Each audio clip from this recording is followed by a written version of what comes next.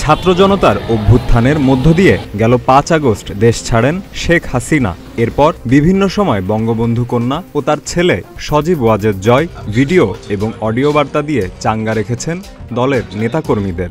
গত কয়েক সপ্তাহ ধরে আমাদের এরই ধারাবাহিকতায় এবার আওয়ামী লীগের পক্ষ থেকে বৃহস্পতিবার এলো আরও একটি বার্তা। দলের ভেরিফাইড ফেসবুকে পোস্ট করা বার্তায় স্বমহিমায় ফেরার প্রত্যয় ব্যক্ত করা হয়েছে দৃঢ়ভাবে।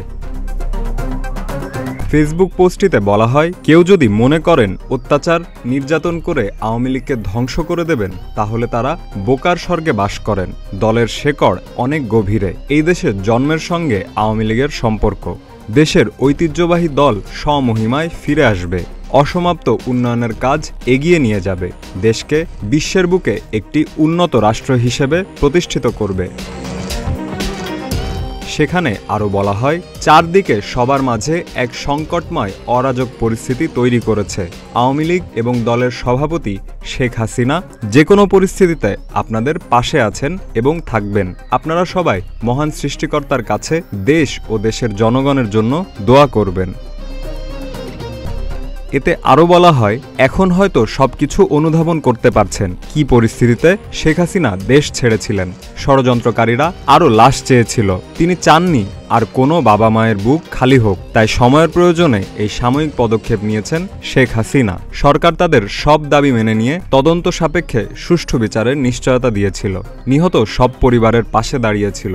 আহতদের বিনা খরচে চিকিৎসার ব্যবস্থা করেছিল। তারপরও কেন এই অরাজকতা, এত হত্যা, এত ধ্বংসযজ্ঞ করা হলো? কারণ এর পেছনে ছিল ক্ষমতা দখলের দেশীয় ও আন্তর্জাতিক ষড়যন্ত্র।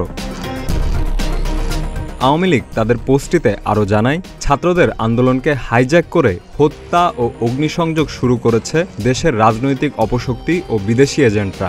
রাষ্ট্রীয় স্থাপনাগুলো ধ্বংস করার পাশাপাশি মসজিদ, মন্দির, গির্জা ও বৌদ্ধ মঠে হামলা ও ভাঙচুর চালাচ্ছে সন্ত্রাসীরা। নিষ্ঠুরভাবে লাঞ্ছিত করা হয়েছে মসজিদের ইমাম, মুয়াজ্জিন, শিক্ষক, সাংস্কৃতিক কর্মীদের। ৫ আগস্ট জাতির পিতার স্মৃতি বিজড়িত বঙ্গবন্ধু স্মৃতি জাদুঘরও ধ্বংসের হাত থেকে পায়নি রেহাই।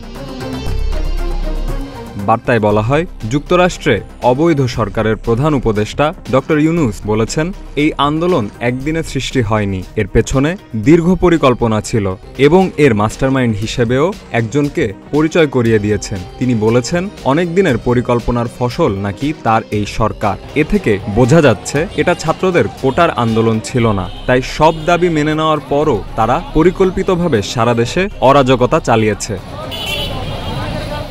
ডেস্ক রিপোর্ট, প্রতিদিনের বাংলাদেশ।